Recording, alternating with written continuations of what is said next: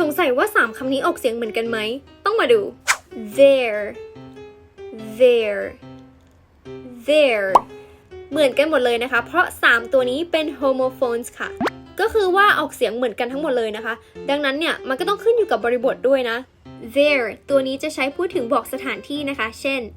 the book is over there on the shelf there ตัวนี้คือการแสดงความเป็นเจ้าของนะคะเช่น their house is the one with the red door there ตัวนี้ย่อมาจากคำว่า they are ค่ะพอเราพูดเร็วๆก็จะกลายเป็น there นะคะ there อย่างเช่น they're going to the park this evening ไหนลองอ่านประโยคนี้กันค่ะ